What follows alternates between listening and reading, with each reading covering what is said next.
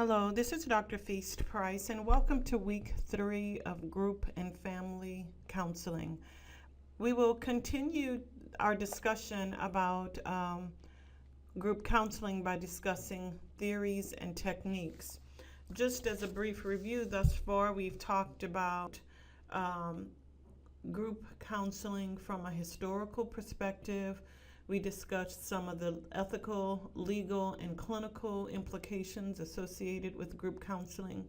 We've talked about what is required in a group leader in terms of leadership styles and leadership skills in a group counseling context. We've also identified some of the issues that are relevant to having a co-leader. And previously, last week, we discussed some of the stages as it relates to Yalom as well as other researchers regarding group counseling. Along the same lines, we'd like to evolve into discussing theories and techniques, because whenever we work in group settings, we definitely have to have theories and techniques in order to help move the client from the initial counseling session to the end of the counseling session. And using these theories and techniques, it will also help us to not just develop the cohesiveness that's required, but help our participants to obtain the needed knowledge and skills to change their lives, not only within the group, but within their personal and professional lives. So it's from that context that we'll be moving forward with understanding group counseling. So whenever we talk about group counseling theories and techniques, you look at a host of theoretical frameworks that exist. So in terms of the theories we'll be identifying, we'll have Adlerian theory, we'll have Gestalt theory, person-centered theory, rational emotive behavioral therapy, transactional analysis, and psychodrama. Because I am a major cognitive behaviorist and much that I talk about is from the context of cognitive behavioral therapy, I will also include information about how cognitive behaviorists work with the group counseling process. So as an added bonus, just before talking about rational emotive behavioral therapy and immediately after talking about person-centered therapy, I'll include information relevant to cognitive and behavioral counseling techniques in a group context.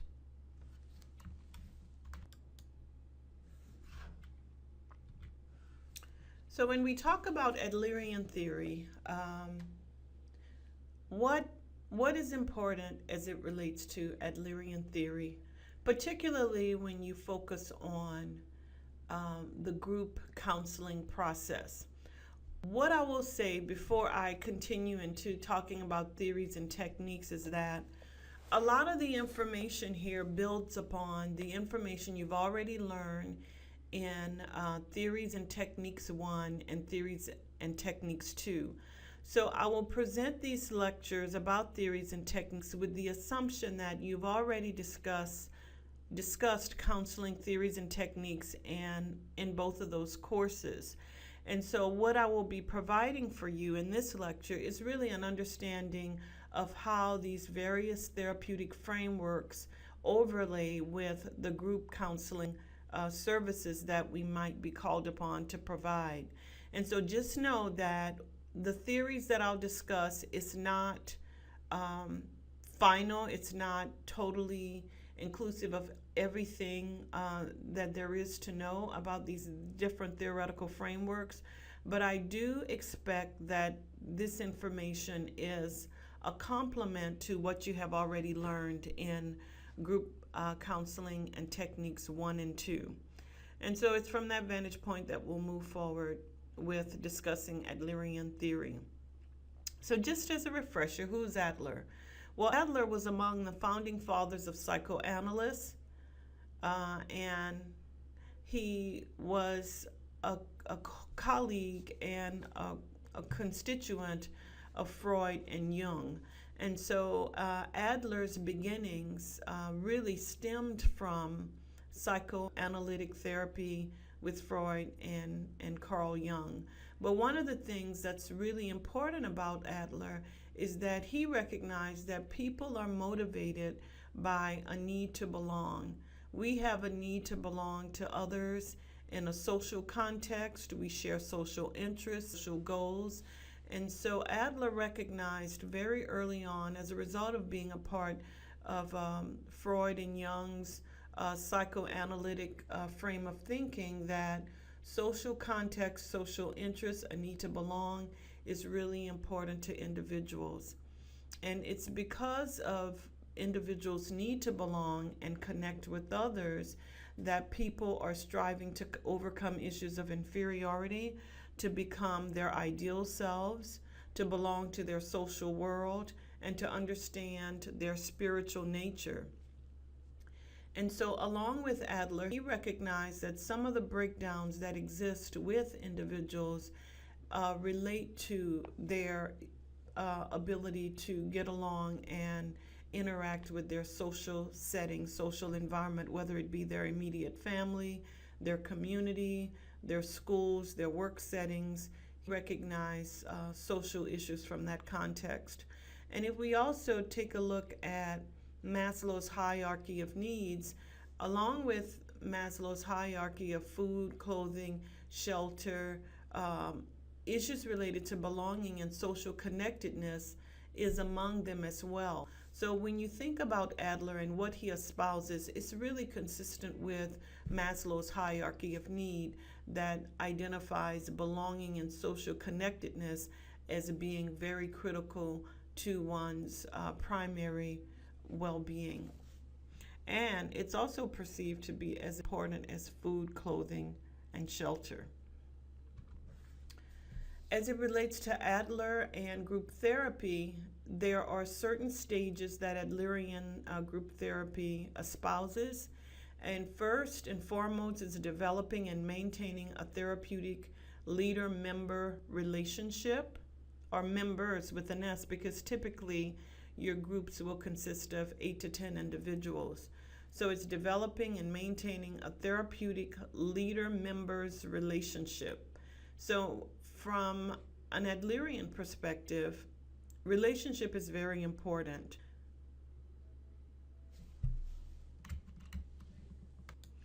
Another important aspect of Adlerian group therapy is the importance of assessing the group dynamics. Adler believes that it is always important for the group leader to assess the dynamics, the ways of relating between group members, the extent to which there is cohesion, relationship building, problems within the dynamics, passive aggressiveness amongst and between group members and the group leader. So according to Adler, an effective group requires that you are always assessing the group dynamics. Another stage in the Adlerian group therapy process is helping members to gain insight and self-understanding. So the extent to which the discussion and dialogue within group therapy can allow members to gain insight about what their problems are, the ways in which their problems manifest themselves, how persons typically react, and more pro-social ways of handling their issues is of paramount importance. So self-understanding as well as insight are key ingredients to effective Adlerian group therapy. And if the truth be told, along with any group therapeutic approach, a lot of what Adler espouses is consistent across other therapeutic techniques as well. There's also the need to assist members to discover new and alternative ways of behaving and making new choices.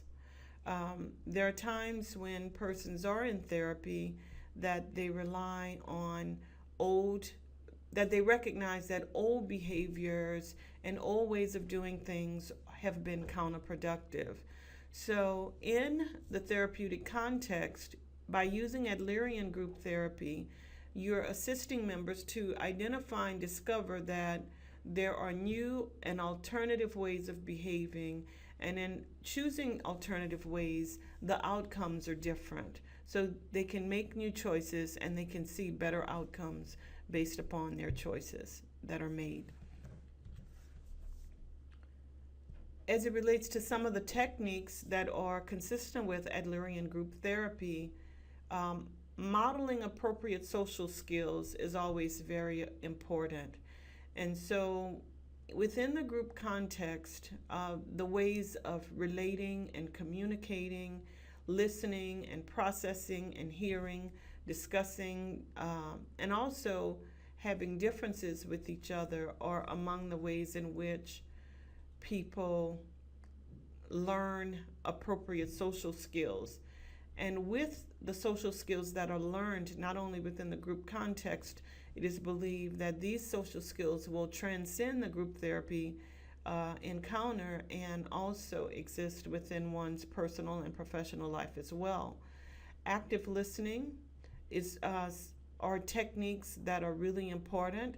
So getting the client to restate the problem, and sometimes the therapist has to assist the client, the group members, in recognizing the problem and restating the problem, because persons, especially what I have found in groups, is that it's easy for people to recognize the surface kinds of responses, to see issues from the surface, but rarely are they able to mine down to the more core issues related to thoughts and feelings. So like, for example, a person may present as really angry, but anger is really just the tip of the iceberg. And when you mine down deeper, anger might be a byproduct of feelings of loneliness, betrayal, failure to succeed, or low self-esteem, or feeling like an outcast. And so with active listening, the therapists are really listening for the truer meaning behind what is initially presented. And so through active listening, there is a restatement of the problem, assisting persons to be reflective, and there's also summarizations. I don't believe that it's just the clinician that practices the use of these skills, but I also believe it to be important to promote within the group members a knowledge base of how to restate the problem, to look deeper at the meanings of the presenting problems, to be reflective, and to summarize their problems and how they're impacting them, as well as ways of overcoming any issues or concerns. There's also the use of visual imagery. Imagine what it would look like if you walked into your boss's office and you said to him, whatever the case might be. And so helping the person to use visual imagery to think through some of their circumstances, or visual imagery associated with traumatic experiences, and they can imagine those issues, gradually walk through those issues through visual imagery, and realize that they can handle whatever the problem is or whatever the conflict that exists.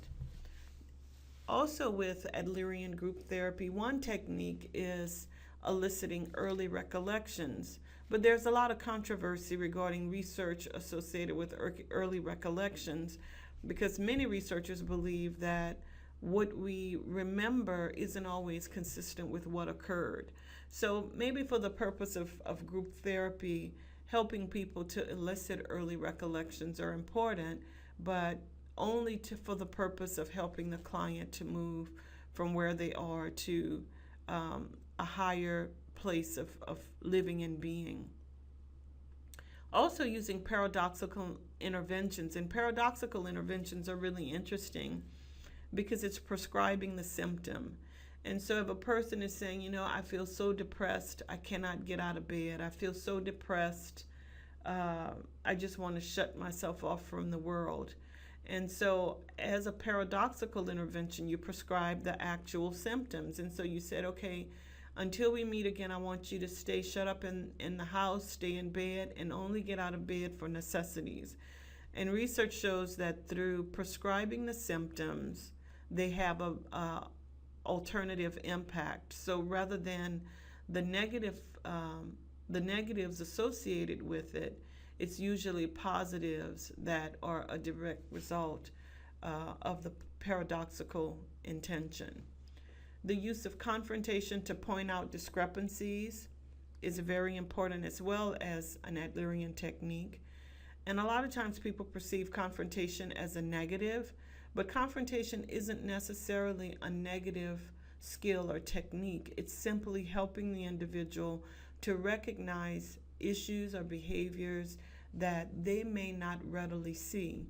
So, for example, if you're working with a client who might be saying to you, I really want a job, I want to find a job more than anything, there's nothing more important to me than finding a job. But yet, when you talk to the individual and you say, tell me about a typical day, they're sleeping until maybe 10 or 11. They're staying up until maybe 1, 2, or 3 in the morning playing electronic games or surfing the internet. You might say to the individual, I hear you saying to me that wanting a job is one of the most important things to you. However, your behavior isn't communicating that to me because you are functioning, late into the wee hours of the morning on the internet and sleeping until 10 or 11. So you just help to point out some of the discrepancies between what the client is saying and what they're actually doing. And it helps to bring to bear to the client that they should be performing in accordance with what their intentions are. Assessing goals and functioning of the members is also a technique of Adlerian group therapy. And so you're always thinking about, what are the goals? What are the treatment goals of this group? Are we meeting the goals collectively as a group? And is each of the members that are in the group meeting the goals that have been identified? So there's also a process of assessing goals and identifying the extent to which the members of the group are meeting their individual goals as well. Methods of encouragement is also very important. Oftentimes I find that people in groups have never had a lot of affirmations. And so to affirm the positive behaviors that you're seeing, one's ability to make positive progress is extremely important. And so methods of encouragement is essential to participants in the group process. Observing interactions between persons within the group, as well as the individual, him or herself. If a person comes to your group and they appear to be depressed or sad or even happy, you want to observe and bring attention to nonverbal behaviors as well as attention to interactions among group members.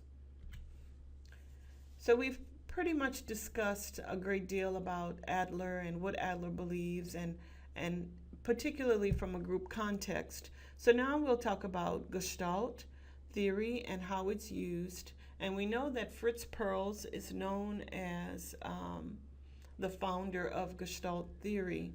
And one of the things that people always think about and relate to as it pertains to Gestalt therapy is his attention to the here and now, focusing on the here and now, and that the whole is greater than the sum of its parts, and also the empty chair technique. Those are the 3 attributes that are best related to Gestalt therapy.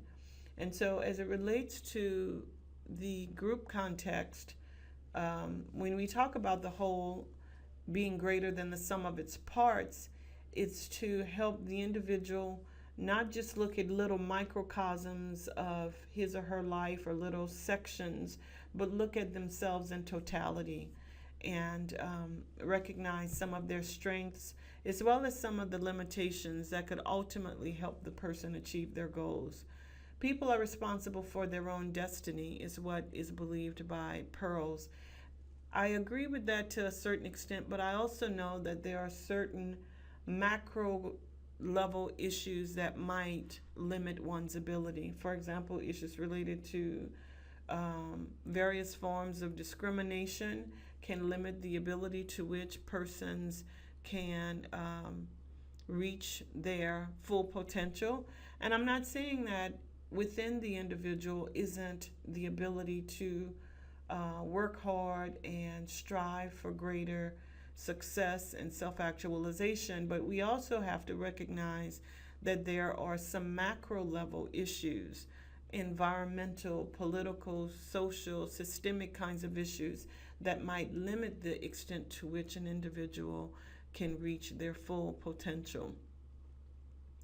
There are sometimes problems that are created by decisions that people make. And so a lot of what Gestalt therapy or theory believes in is that many of the problems of an individual rests with the person, him or herself. So if the person change themselves, the problems will go away. I don't necessarily believe that.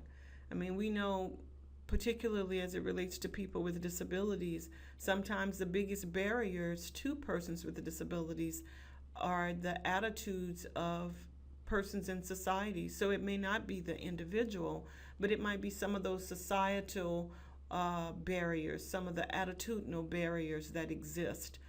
It might be limitations that exist within a physical structure that might limit one's ability to be able to enter into an office or go to the 5th floor or cross the street without assistance because there aren't any audible cues that would allow persons in crossing the street, or the sidewalks may not be accessible for persons with disabilities. And so whereas Gestalt theory believes that many of the problems exist within the individual, I don't necessarily believe in it. But nevertheless, as we talk about different theoretical frameworks, it's important that we understand all frameworks as well as some of the strengths and limitations that exist within them. Gestalt theory also believes that we must encourage growth within our group members, and I think that is very essential, that you're always wanting to encourage and promote growth within the participants of group therapy. And also, Gestalt theorists believe that you need to focus on the here and now. I believe that to some extent. The here and now is very important, but we recognize that there are certain life experiences that a person may have had that might impact where they are currently and their ability to move forward. And so my belief is that you have to focus on things from the past to the extent that they're relevant to the here and now and the future. And so while I don't believe that you should delve into every aspect of one's past, I have worked with clients particularly that have experiences from the past that limits their ability to move forward. For example, I'm currently working with a woman who experienced childhood sexual abuse at the age of 5 and has experienced various forms of abuse throughout her young adolescence as well as young adulthood. And so to say that issues regarding the past isn't important and only focus on the here and now is what's important would be counterproductive. And I know I'm relating a client that is in individual therapy, but I also know that there are trauma groups for survivors of childhood sexual abuse. And it's not just dealing with the here and now, but it's helping them to understand issues from the past, reconcile them in the present, and make better choices as they move into the future. And so I know a lot of what Gestalt theory espouses I don't necessarily believe in, but I think it's important that you be critical as you look at theoretical frameworks and you understand and make sense of them and how you would put them to use in working with the individual. I do believe that the sum is greater than its parts, or the whole is greater than its parts, and so you don't just focus on individual parts, but on the greater good and how those parts impact the whole. So that's Gestalt theory, and I encourage you to make sense of it for yourself and how it best fits with who you are as a clinician. I'd like to evolve by talking about some of the therapy and techniques from a group context relevant to Gestalt therapy. And so with Gestalt therapy, it doesn't lend itself to stages. It's not a theoretical framework that you could easily break down into discrete stages. It also believes that members must become actively involved. I totally support this notion. Members cannot be participants or bystanders. They have to be actively involved and engaged in the process. They have to not only challenge themselves, but challenge other people, because that's what we have to do in a greater societal context. We have to use physical demonstrations through role-playing, the empty chair technique, to bring about a greater understanding. We talked about this term called catharsis, and catharsis is an emotional awareness and awakening that comes about in a group context. And so role-playing and using the empty chair technique are but some of the theoretical techniques that are used to demonstrate the importance of Gestalt therapy, and also to bring about emotional awareness as well as behavioral change within group therapy. There's conducting experiments. So you might say to your client, let's conduct an experiment when you leave here where when you go to work and you interact with your boss and you have to utilize a particular technique. Or you might say to them, when you go home and you're communicating with your spouse, you have to use reflective listening. So when your wife says, or your husband or your partner says something in particular to you, you have to say to them, so what I'm hearing you say is that you're unhappy with me because I am not in a good mood when I come home from work. And so that's just one way of using an experiment where they have to take what's learned in the group experience into the community or into their personal interactions and determine the extent to which their outcomes change by using different kinds of behavior. And so the experiments might take on using both positive as well as negative experiments as well. There's maintaining communication in the here and now, and I've already discussed my perspective related to only focusing on the here and now. The use of active listening skills is always very important. So not just listening to what a person is saying, but listening to the messages behind what is being communicated. You want to enlist group feedback. Always getting group members to say, so what do you understand? How does this make sense for you? There's a use of role plays, which we talked about in terms of physical demonstrations. Confrontational skills is important to help individuals understand discrepancies between what they're saying and what they're actually doing.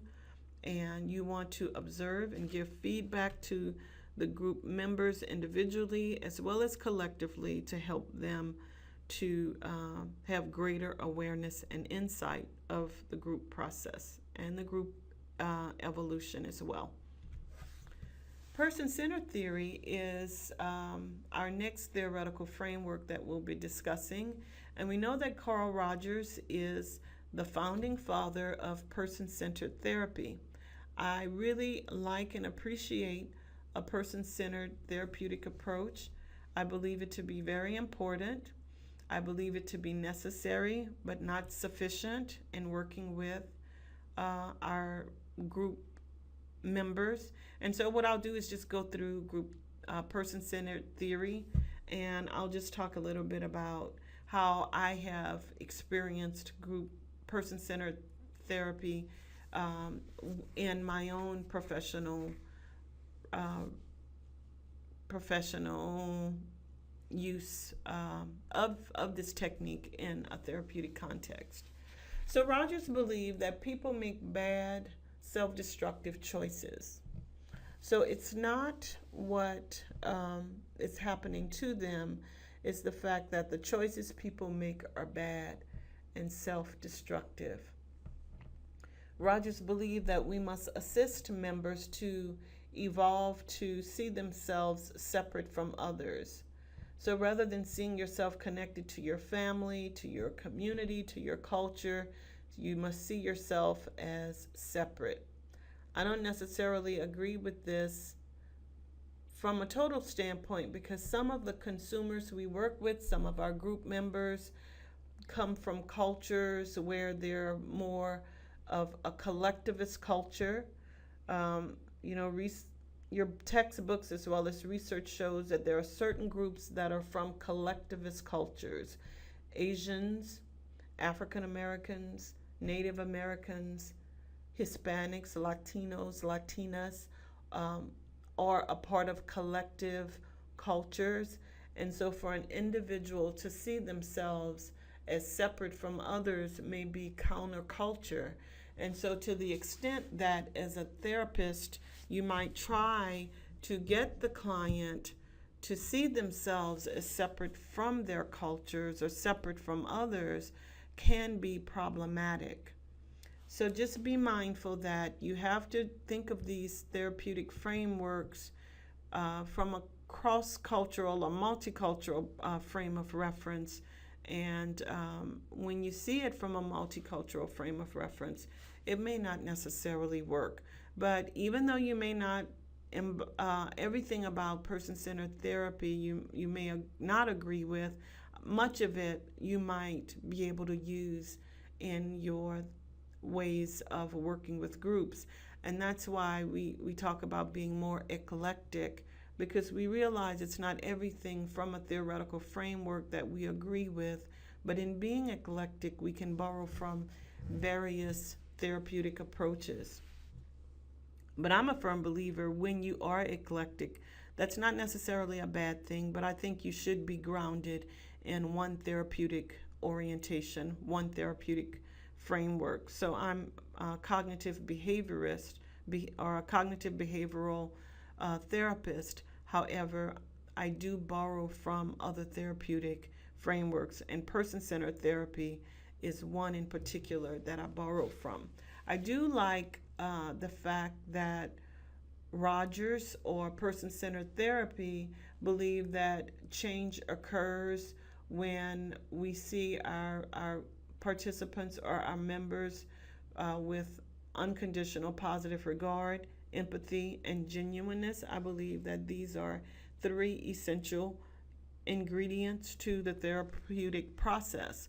So I definitely believe that we should see our clients with unconditional positive regard, seeing the good in our clients despite the behaviors that they might present, having empathy and putting ourselves in the shoes of our clients in order to understand their frame of reference, and the importance of being genuine and being present and honest with our consumers.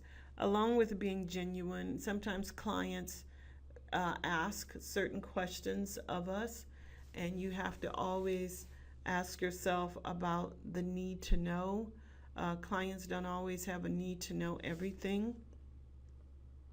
Or when we decide we want to share certain information, we have to be considerate regarding how we communicate what it is the client is asking.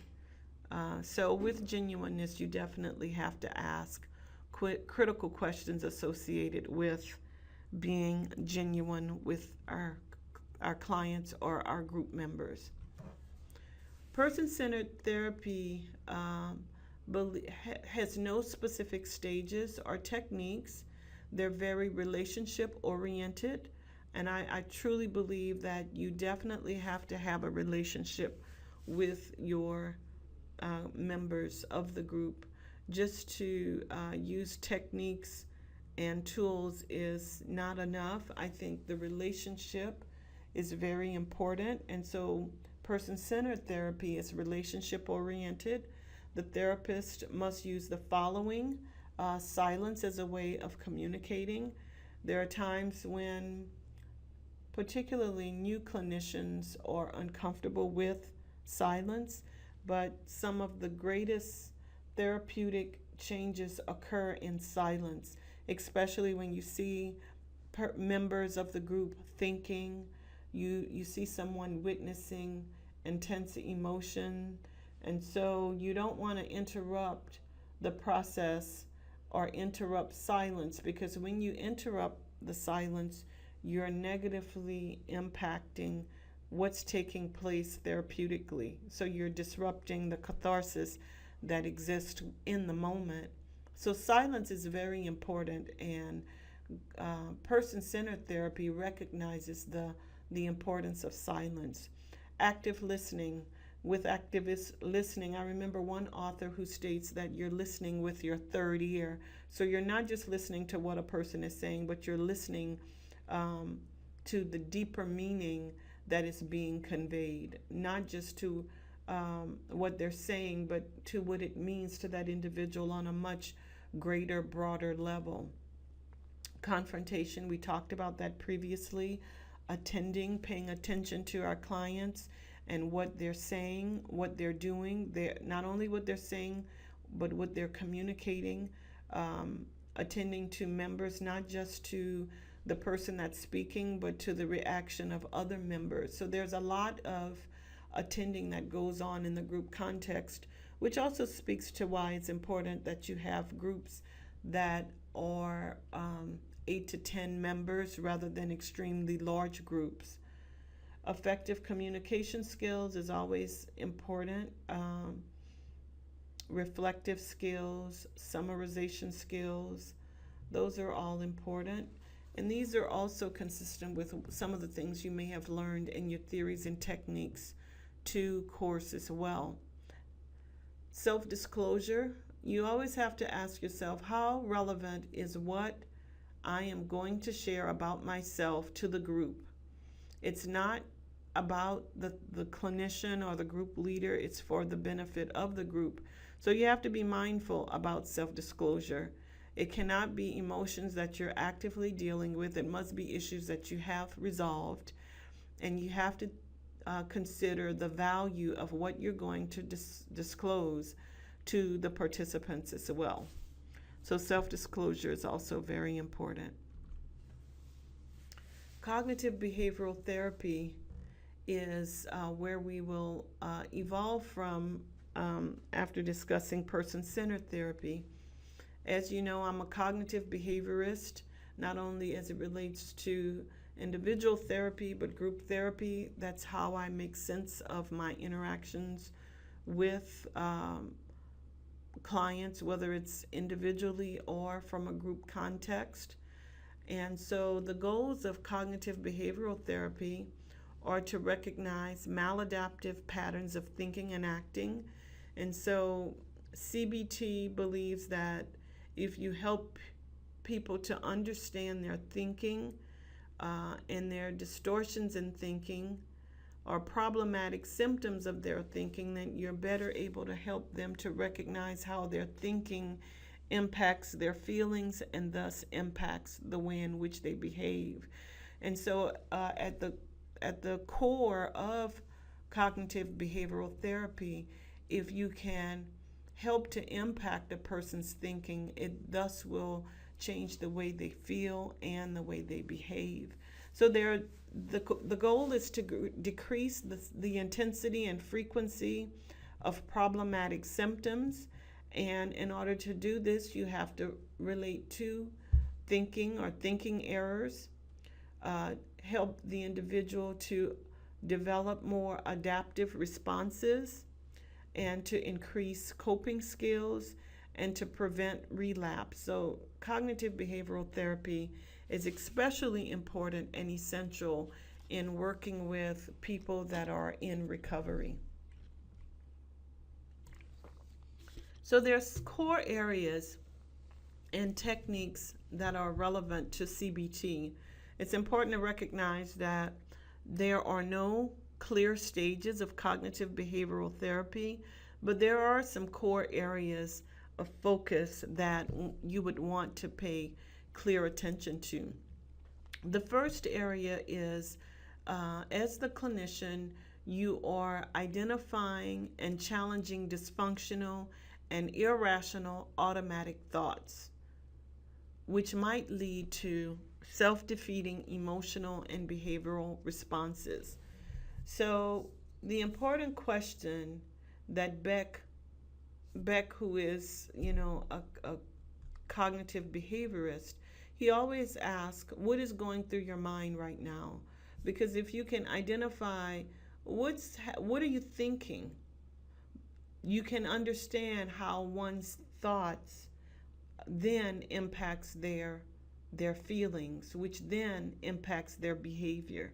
So if you can interrupt the individual long enough to say, what are you thinking right now? What's on your mind right now?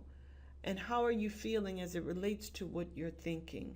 And as a result, how your thinking and thoughts and feelings are then impacting your behavior, then you can intersect or intervene with the client's behavior, thought, feeling, and behavior cycle.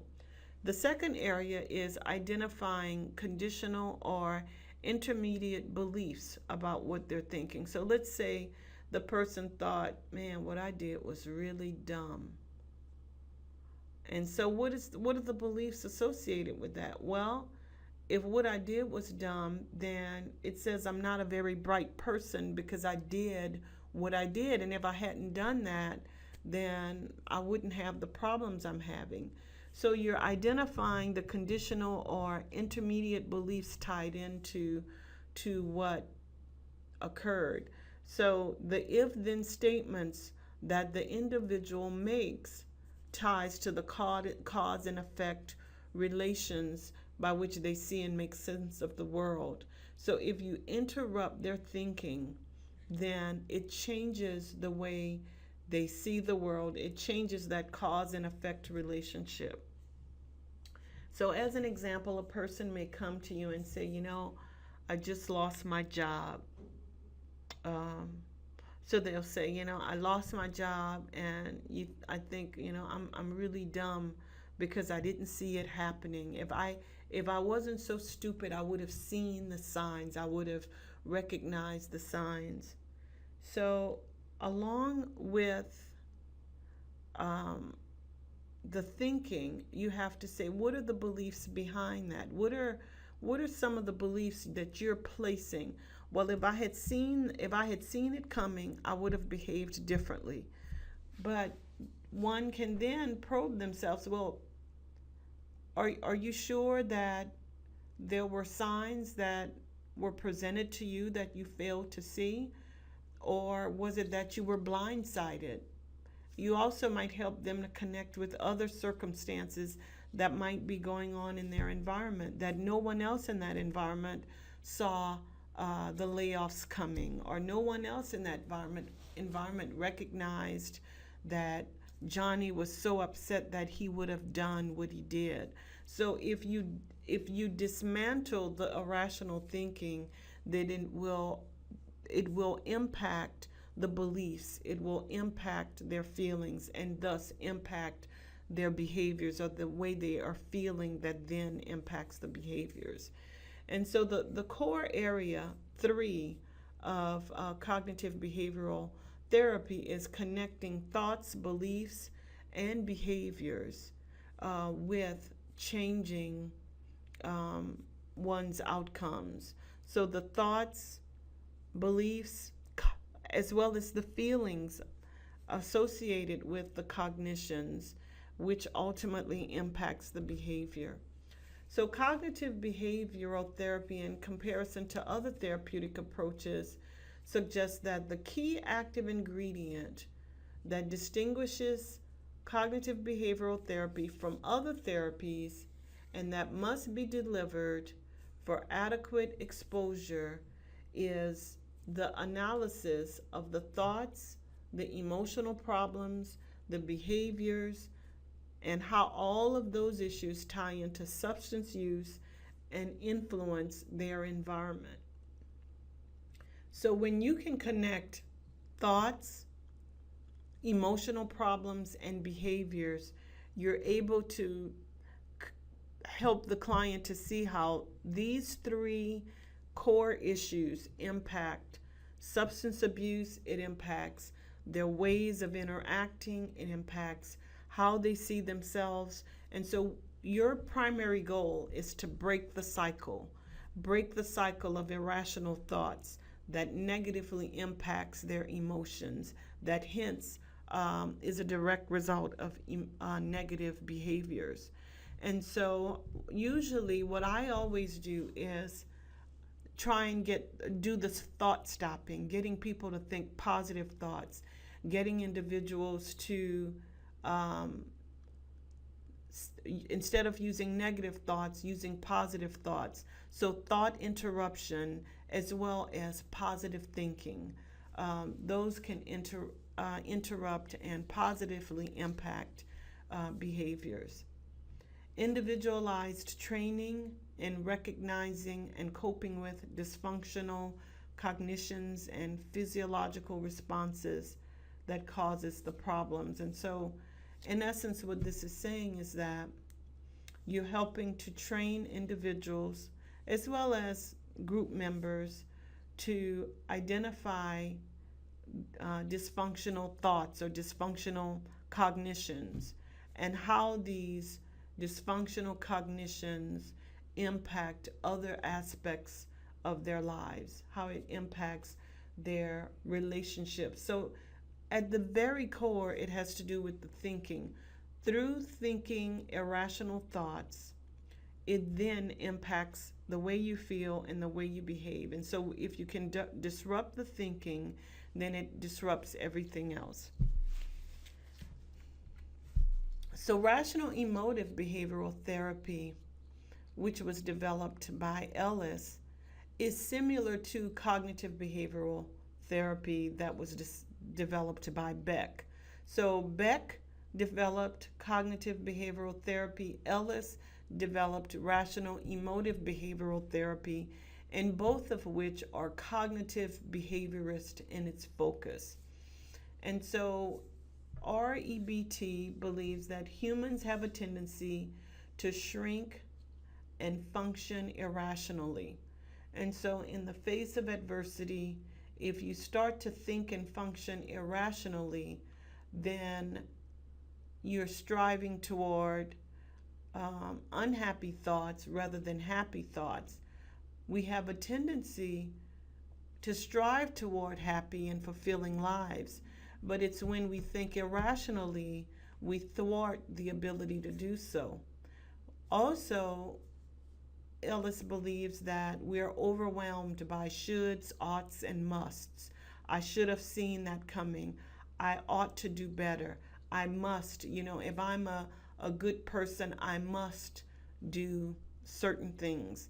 And so a lot of our irrational thinking comes from shoulds, oughts, and musts that we place on ourselves. REBT also believes that we function based on the ABCDE mode of thinking. So with A, there is an activating event. So something happened. And it's B, our beliefs about the event. C is the consequences that we attribute to the activating events. D is disputing. At times we dispute it. At times we accept and complement the irrational beliefs. And as a result, there is the effect.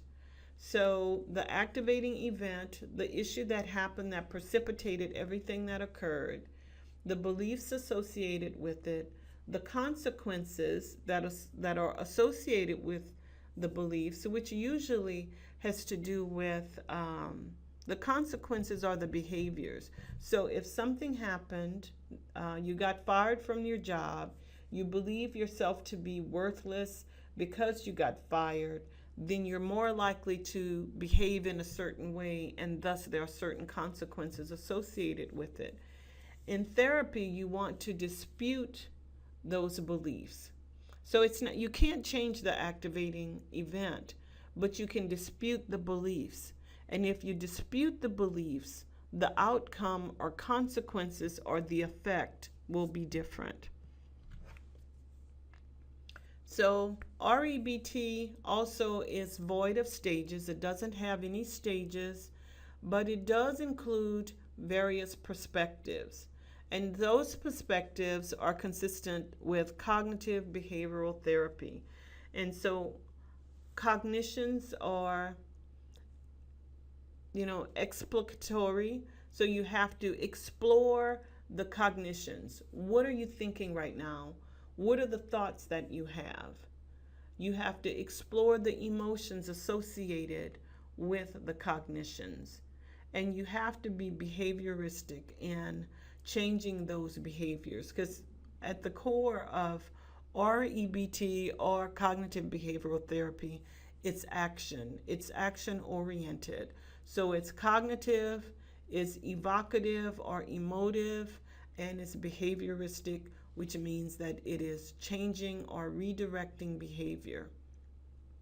So it's only when you recognize cognitions, emotions, and behaviors that you're able, excuse me, to change one's way of behaving.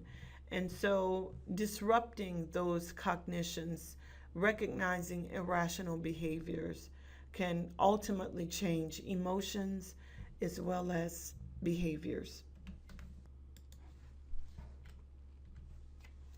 So there are various techniques that are used in rational emotive behavioral therapy.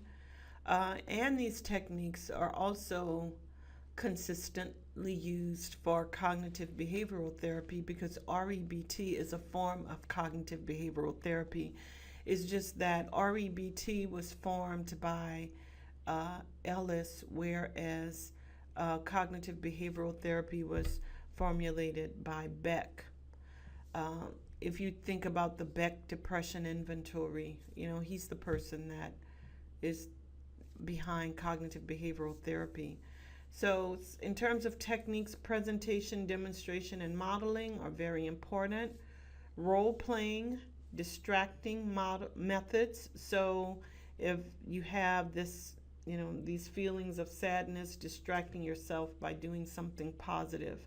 Some people might wear a rubber band around their wrist, and they might pop the rubber band as a reminder that they need to distract themselves. The use of humor, finding things that might make you laugh, that might change your mood, maybe going for a walk. Emotionally charged language, using language that conveys that you're feeling positive, feeling happy, feeling optimistic, versus language that conveys feeling hopeless or without much hope or value. Cognitive reframing, thinking through things, seeing things differently. Imagery, using imagine positive things happening, imagining yourself being at this positive place, at a positive location. Imagine yourself being on a beach, or there are certain songs that might bring out happy thoughts or happy images. So focusing on happier times in your life. Reinforcement and penalties. Reinforce yourself for doing positive things, and penalizing yourself for doing things that are counterproductive to those pro-social things. Skills training. This is especially important with developing skills in communicating more effectively, those job training kinds of skills. using analogies and parables and stories to help yourself to see things, or help your clients or group members to see things from a positive point of view. There's also transactional analysis by Eric Burney, and he believes that a group-oriented approach is favorable because we see ourselves based upon transactions and interactions. There's a focus on individual autonomy, and we talked about individual autonomy, particularly as it relates to collectivist environments. There is the perception that people take on messages communicated by significant others and within society, which it's typically how people think. We establish scripts based on messages we receive from significant others as well as society. Transactional analysis is used to modify life scripts. So if you believe that, in life nothing good ever happens to me, transactional analysis would be a technique that's used to change the script that you might have for yourself.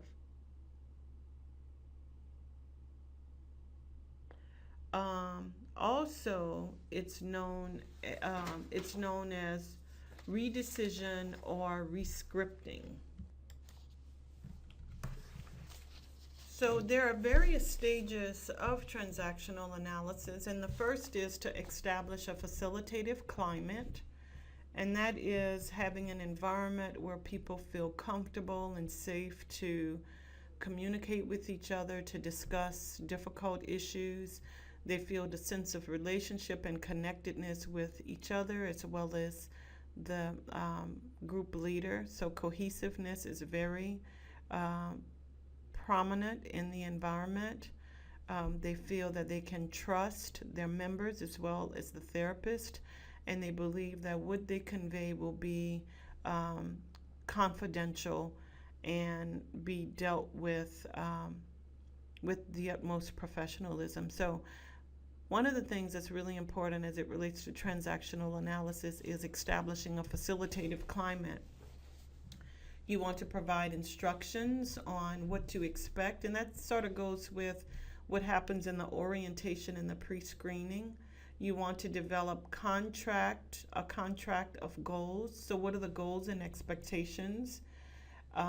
You want to work through the different analysis of what the problems are and how to best deal with any problems or issues that persons present with. And you want to terminate with directives for action-oriented changes. So giving persons specific information on how they can continue to change their behavior as they in their therapeutic process.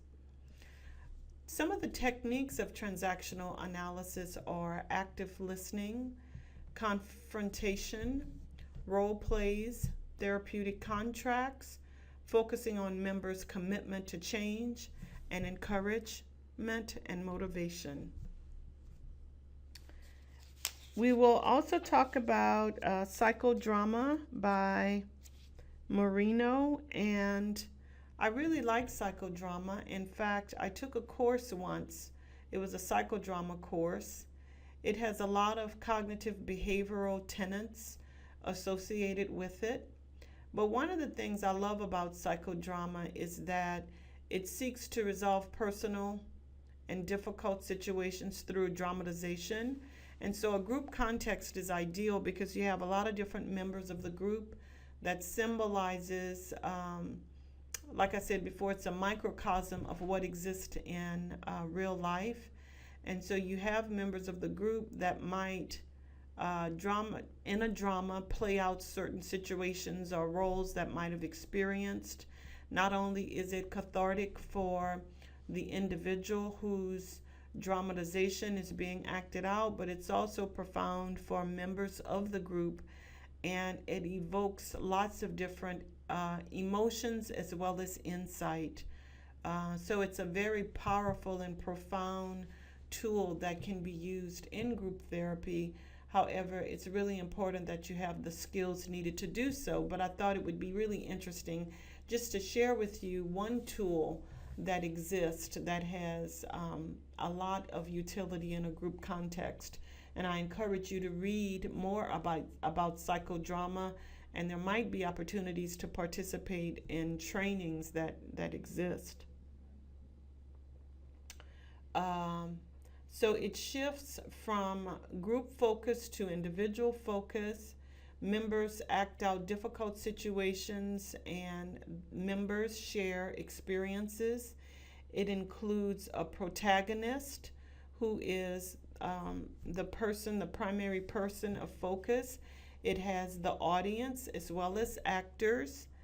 The psychodrama provides a stage on which roles, counter roles, and potential roles can be experienced, and it is associated with feelings that can be cathartically faced.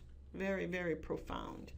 And some of the stages and techniques of psychodrama include the warm-up, where people are discussing and talking about what will happen, who'll do what, and how it'll occur. The voice inflection, sometimes it's costumes that are involved. It might be certain furniture that symbolizes particular rooms of the house. It's very action-oriented, and at the and so there's the action phase of the psychodrama, and then there is the integration at the end, where there's the discussing, the processing, not only with the protagonist, but with the participants and the observers about what they observed, what they experienced, what was profound for them, and what are some of the takeaway points that they learned from the psychodrama. With regard to the techniques, there's a monodrama where one person can have the drama by themselves, so they take on the different positions and the different roles within the drama rather than having multiple people. The benefit of a monodrama is it allows persons to take on various perspectives of others, because it's through taking on the perspectives of other people that you can see things from various points of view. There's also role reversal, where people can reverse roles and see things from different points of view. There's a mirror technique where they could look at themselves, and so it's acting out certain things, looking at themselves through the mirror and processing what they're seeing. Because a lot of times when things are experienced physically, persons aren't necessarily able to see themselves and see the full extent of what's going on, not just from a behavior standpoint, but from being able to see themselves. And so the mirror technique might actually involve a mirror, but it may also have another individual that's mirroring what they're seeing. So a person might act out what happened, but then there might be another individual that's mirroring for them exactly what they are seeing and sensing. And so the person gets this catharsis through seeing this other person acting out what they're seeing in them and giving them another point of view by which to consider. So they're sculpting, and so that's kind of refiguring or reshaping what has occurred and what has been understood. There's a replay of the situation in different ways. So it might have occurred one way, and so you could replay that situation in a totally different way. And then there are future projections. So projecting into the future more positive, affirming, pro-social kinds of behaviors. So what I'd like for us to do is just talk briefly about what some of the commonalities between the approaches are. And so when we talk about commonalities, I'd like for us to explore those from a relationship perspective, the leader or role perspectives, the member role variables, the process variables, as well as the outcome variables. So as it relates to commonalities from relationship variables, there are relationships across different theoretical frameworks that are foundational to the group process. So there's a lot of focus on the relationship. So relationship is key. All of the therapeutic frameworks recognize the importance of trust, safety, mutual respect, and the competence of the leader. There's also believed that quality interactions among the leader as well as members are profound. So when you look at relationship variables across the therapeutic approaches, they all believe in key ingredients as it relates to the relationship. As it relates to the role of the leader, all of the therapeutic approaches believe that the leader must be active, they must be present, they must attend to all aspects of the group, not only verbally but nonverbal aspects as well. So they must be actively engaged. Also, action oriented. We recognize that the role of the leader is very action oriented. They must reinforce what positive and affirming things that are happening. They have to redirect behavior. They have to confront issues that are occurring that's counterproductive. They have to interact with participants, ensure that participants are properly and effectively interacting with each other, and they have to observe at all time what's happening with all members in the group. So there are a lot of things that must take place for the group leader, but these are all attributes that are consistent across and between the different therapeutic approaches. In terms of the role of the members, they must be actively engaged. They must be responsible for their own change. They must be committed to changing. They have to be open to new information, be willing to gain insight, awareness, constructive feedback. There must be a willingness to take risks, to try on new behaviors, and to share themselves with others, as well as to role play. In terms of process variables that exist across the different therapeutic approaches, self-disclosure is a must. No bystanders, no process observers. Role-playing is also very important. Giving and receiving feedback, observing others, active listening, modeling, demonstrating, encountering different and new kinds of experiences and interactions, and dialogue is very, very essential to the therapeutic process. And last but not least, outcome variables. All therapeutic frameworks are focused on change. They have the outcome of increased awareness. They want to change dysfunctional behavior with pro-social behaviors. They want to enhance the self-concept. They want to foster insight. They want to promote participants to accept responsibility for their circumstances, increase trust in themselves as well as others. They want to ensure that persons function effectively in terms of their affect or their emotions, their cognitions or the way in which they think, and their behavior. So affective, cognitive, and behavioral changes are all very crucial to the outcomes associated with behavioral, with therapy in general from a group context. So I have presented to you a wealth of information regarding the therapeutic frameworks that exist and the different commonalities that exist across the treatment modalities. The one thing I will leave you with is I encourage you to identify a theoretical framework that you best relate to. So whether you are person-centered, cognitive, behavioral, or rational, emotive, behavioral therapist, but whatever you decide, I think it's important that you identify one particular therapeutic orientation that you can buy into. And along with that, identify various tools from the different therapeutic orientations to help guide and govern the way in which you will work with your members in group counseling. Being eclectic is an ideal way to be, but I think it's important that you are rooted in one primary therapeutic orientation. So thank you for your time and attention. I know that I've covered a lot of important information in this slide presentation.